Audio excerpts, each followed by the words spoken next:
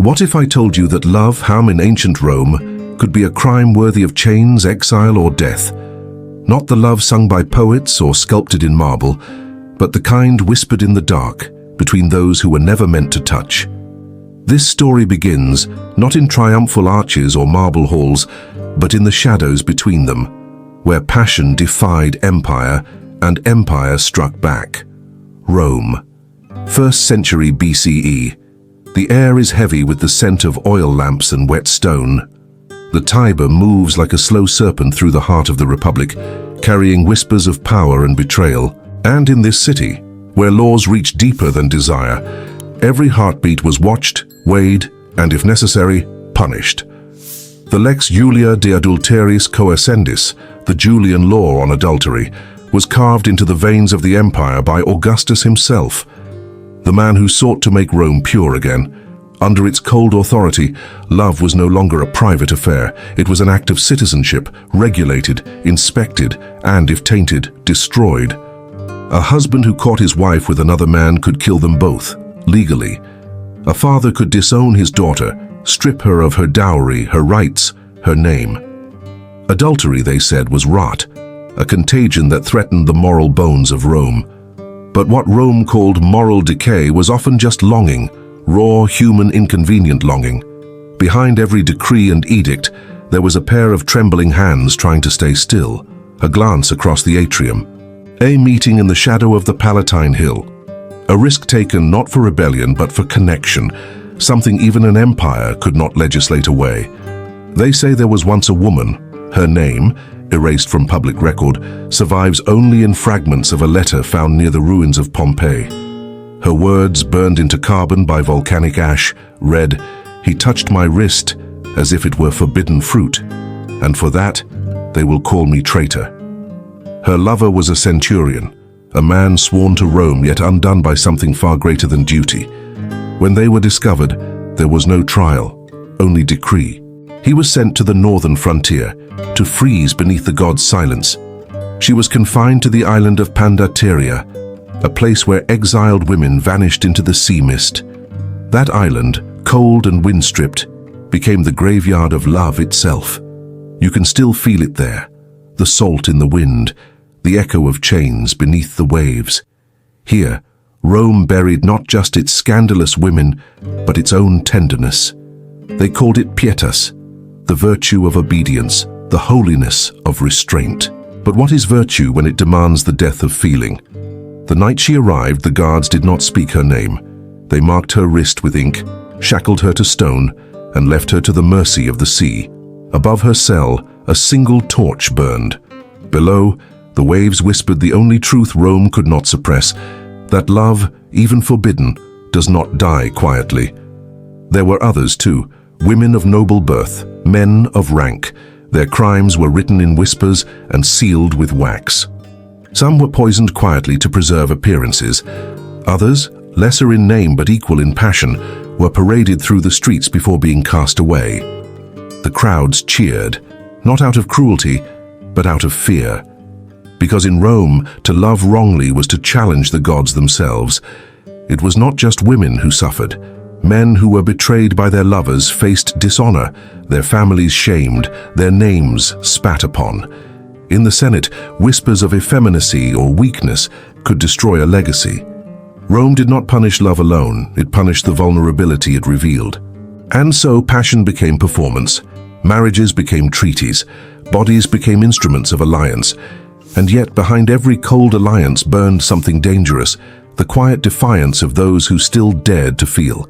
In secret letters, in mosaics hidden beneath temple floors, archaeologists still find traces of them, hearts carved in marble, initials etched into amphorae, coded poems written by women whose names history erased. The empire, in all its strength, could conquer nations, but it could not conquer longing. Once an inscription was found near the ruins of Ostia. She waited by the window every dawn, though she knew he would never return. No date, no name, just the echo of someone who once existed between love and law. Perhaps she was one of the exiled, or perhaps a lover who survived, which, in Rome, was often the cruelest fate. Because survival in such a world meant forgetting. To remain unpunished, One had to bury the memory of touch, the shape of a voice, the warmth of a name. To survive love was to erase it. And that, perhaps more than any execution, was the empire's most perfect cruelty. The empire thrived on silence, and silence became its language. Every broken heart fed the myth of Roman order, each forbidden kiss another stone in the wall of its power. They built greatness from ashes and called it morality. But the past has its ways of speaking.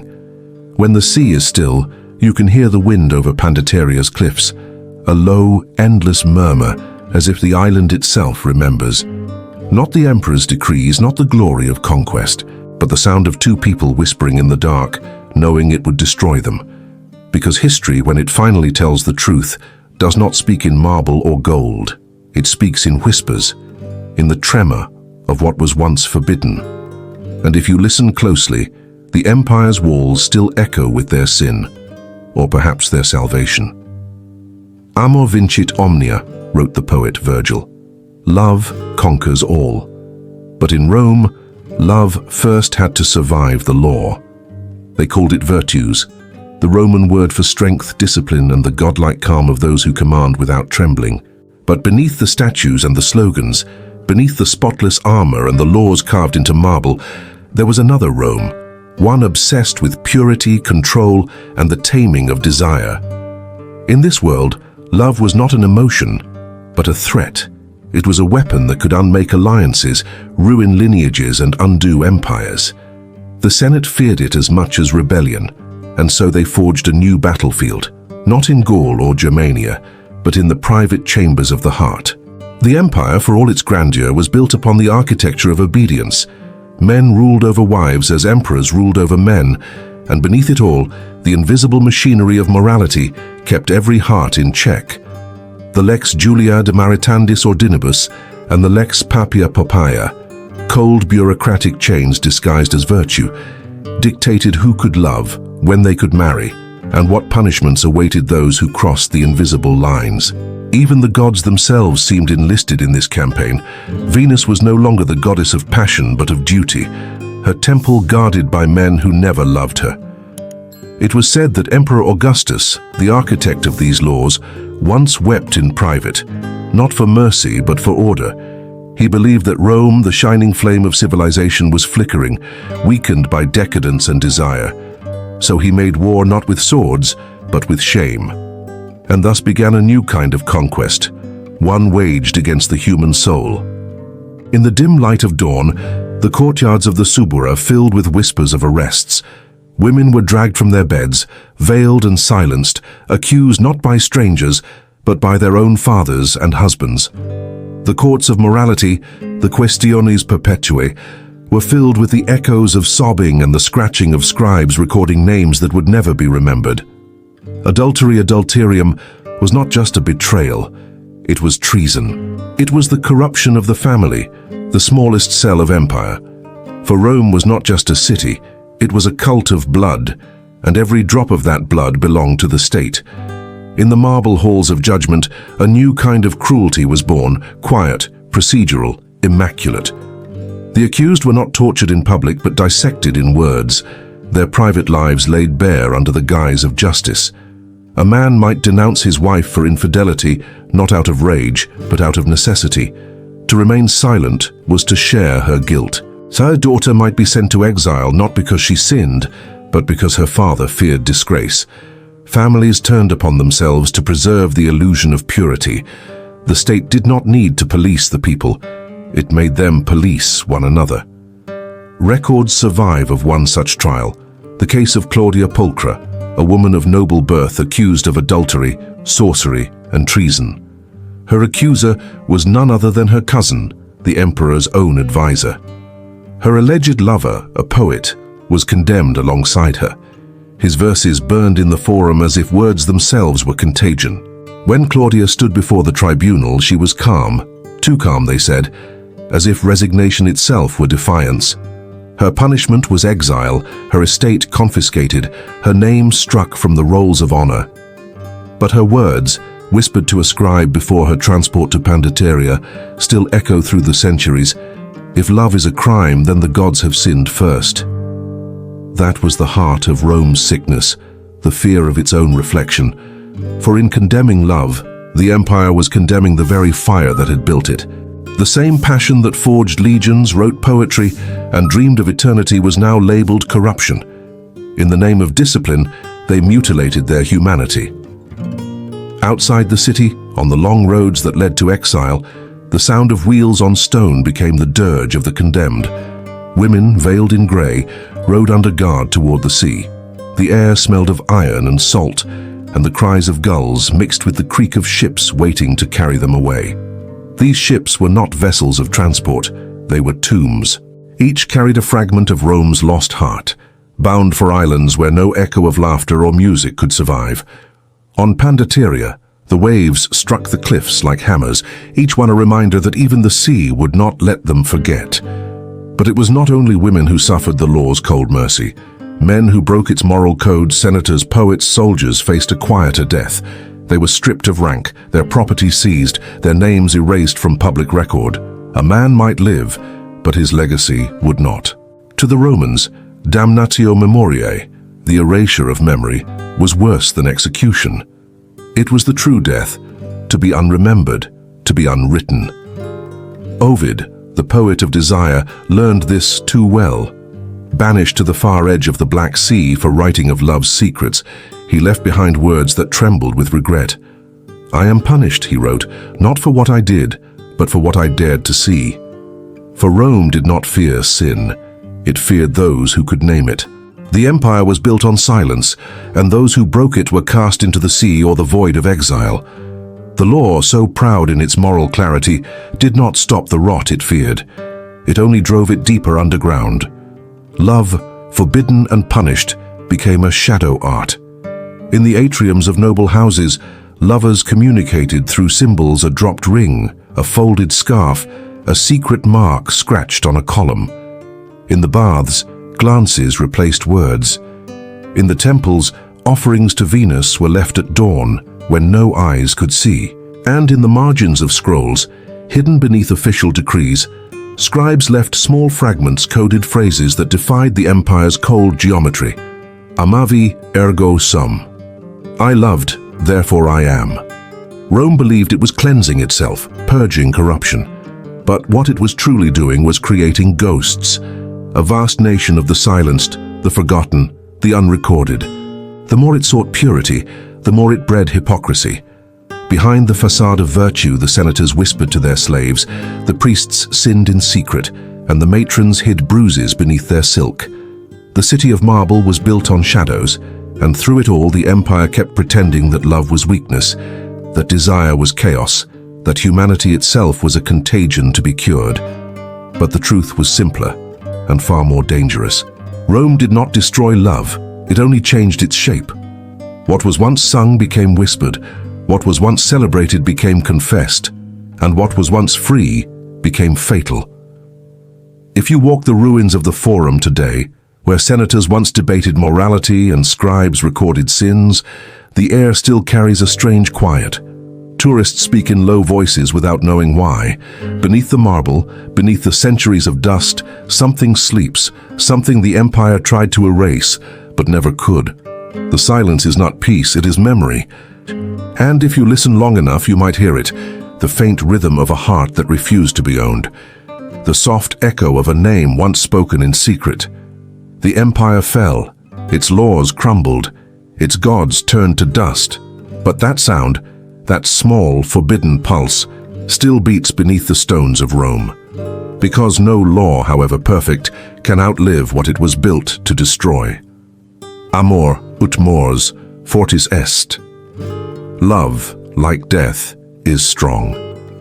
What if I told you that Rome did not merely punish betrayed lovers, it made a spectacle of their pain, that beneath the marble calm of law, behind the veils of justice and piety, there was a ritual older, darker, and far more intimate than exile or erasure?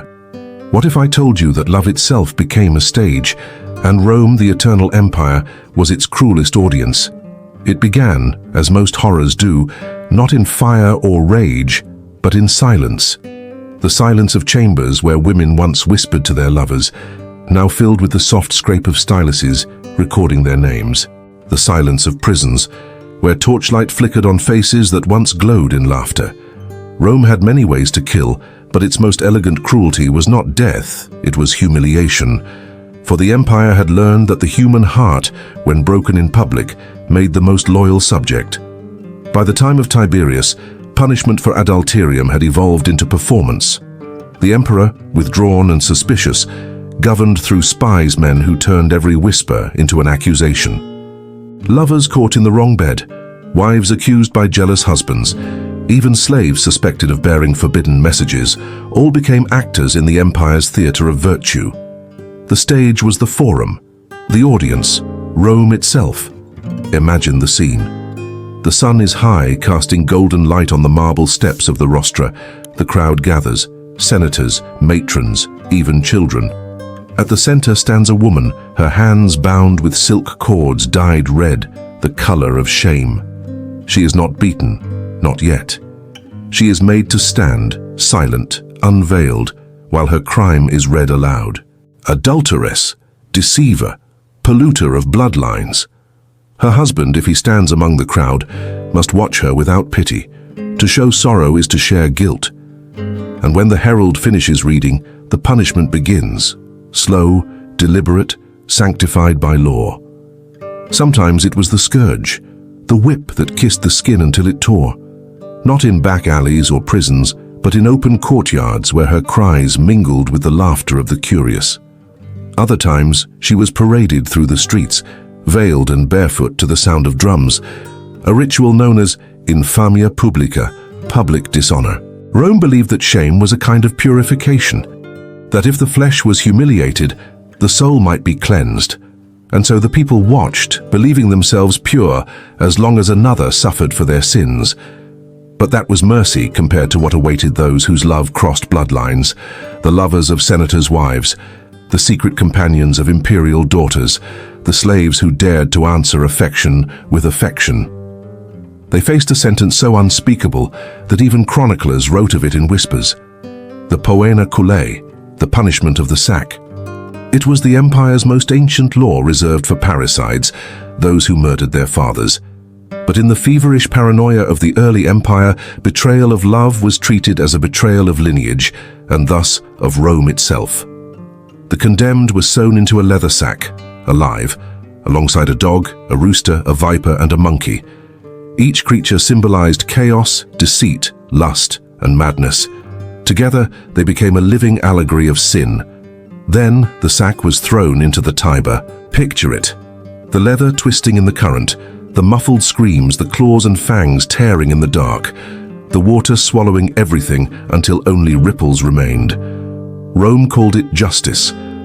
But what it truly was theater. A spectacle designed to remind every watching heart that love, once it defied law, would be drowned by it. Yet not all were killed. Some were broken, slowly made to live as ghosts. Women of noble birth were often spared the noose, for bloodline was sacred even in disgrace. Instead, they were condemned to relegation in insulam exile, to an island where no men were allowed, where no mirrors hung on walls, where the sea's endless voice was the only companion. Pandateria, Pontia. These islands became prisons for those whose only crime was passion. There they lived without names, without letters, without sound. The salt burned their lips, the wind shredded their veils. Some went mad within weeks. Others built small altars of broken shells and whispered prayers to Venus, begging forgiveness for having loved too much. Their stories never returned to Rome, but the sea remembered. Sailors who passed close to those shores swore they could hear singing, not the songs of sirens, but of women who had forgotten their own language and turned grief into melody. Men suffered differently. For men, the punishment was erasure. A poet might be banned from writing, his manuscripts burned, his name scratched from records. A soldier might be dishonored, his sword taken, his burial denied. To be denied burial in Rome was worse than death itself. It meant your spirit would wander forever, unable to cross the river of the dead. Even suicide, the last act of defiance, was stripped of dignity. The body of a self-slain lover was left unburied, the crows and sun serving as executioners. But the most chilling punishment was not written in any law. It was something quieter, something older.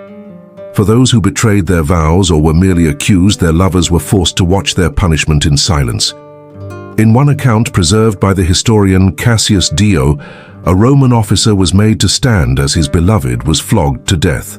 When he cried out, begging for her life, his tongue was cut out and burned before her eyes. Rome did not simply destroy love, it turned it into a weapon against itself. And yet, in the darkest corners of this empire, where love had been outlawed, it still bloomed. Lovers carved symbols into stone walls, hearts joined by arrows, initials entwined in secret. In the catacombs beneath the city, where the condemned hid before execution, archaeologists found a fragment of charcoal writing. Melius est moriamando quam vivere sine corde. Better to die in love than to live without a heart. Even the empire's cruelty could not silence that truth. For every decree of purity there was a poem. For every exile, a song. For every execution, a story whispered across centuries. Rome, in trying to erase love, immortalized it. The blood it spilled became ink. The silence it enforced became the language of ghosts. The empire could conquer continents. It could enslave nations, crucify thousands, drown the cries of its enemies in gold and rhetoric. But it could never kill what it feared most, the tenderness that made all empires mortal. And when its palaces fell to ruin, when its marble cracked and the laws turned to dust, the only thing that survived, the only thing still spoken beneath the ruins, was the one word it tried hardest to destroy: amor. Even now, if you walk through the broken temples and quiet gardens of Rome, you can still feel it, the echo of what was forbidden, the breath of those who loved and were punished for it. The stones remember what the scribes were told to forget, and as the wind moves through the arches and over the bones of forgotten lovers, you can almost hear the empire whisper to itself, not in pride, not in conquest, but in confession. What we feared most was never sin. It was the proof that we could still feel. There are moments when history does not end. It simply exhales. The empire fell, its laws turned to dust, its senators buried beneath their own monuments. And yet, in the stillness that followed Rome's long collapse, something remained. A trembling memory, an ache in the earth where countless voices had once cried out. Love in all its forbidden forms had outlived the empire that condemned it. But its survivors carried the mark of silence, as though affection itself had become a crime against time. Centuries passed, and the marble of the forum cracked like old parchment. Grass grew over the stones where once the condemned had stood, barefoot and trembling before the crowd. The sack that drowned lovers in the Tiber had rotted away, the river swallowing the last of Rome's judgment. Yet every tide that lapped against the banks carried a whisper, soft, indecipherable, persistent, as if the water itself remembered what the empire tried to bury. The Middle Ages would tell their own stories, draped in piety, but stained by the same fear. Churches rose over the ruins, and priests preached of virtue and sin, of purity and damnation. But beneath every sermon lay an echo older than faith, the belief that love, uncontrolled, was dangerous. That passion, once unleashed, could unravel kingdoms just as it had undone Rome. Lovers were no longer drowned, but they were confined to convents, burned as heretics, walled alive in monasteries for the crime of feeling too deeply. The empire's rituals had vanished, but its logic remained. The tools had changed. The fear had not. In the year 1532, a scholar named Laurentius de Rossi uncovered a marble tablet near the old Circus Maximus. Its Latin inscription, though eroded, could still be read. Non licet amare sine lege. It is not permitted to love without law. Historians dismissed it as a civic decree, a relic of municipal order.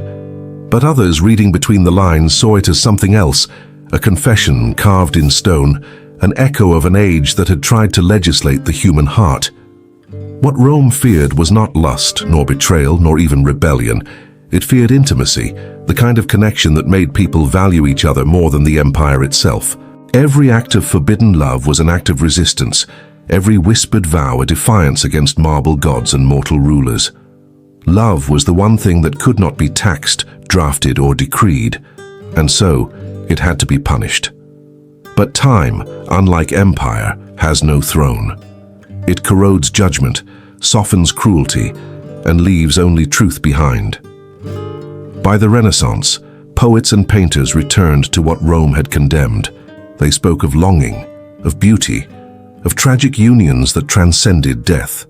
They painted lovers as martyrs, not criminals, and perhaps, without knowing it, they were resurrecting those who had once died nameless under Roman law.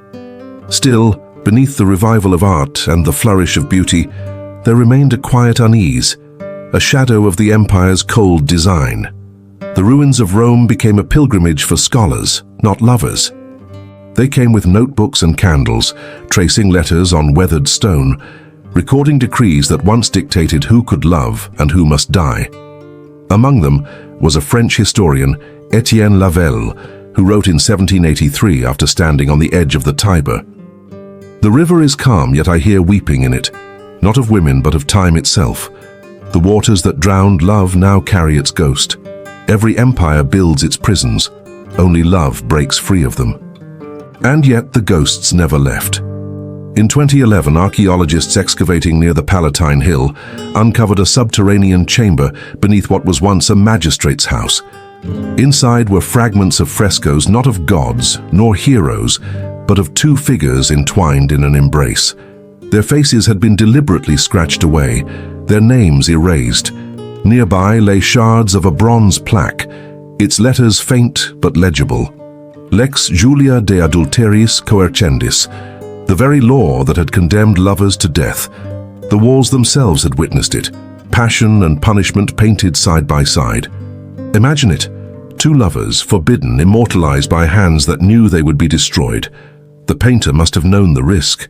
Perhaps it was his own secret carved into plaster, a final act of rebellion hidden beneath the feet of senators.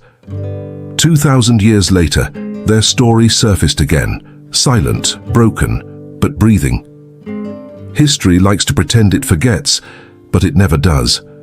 The laws of emperors crumble, but the emotions they feared remain. You can walk today along the Tiber's edge, where the modern city hums and glows, where bridges of glass cross waters that once carried the dead. And if you listen closely when the wind moves through the arches, you can hear it.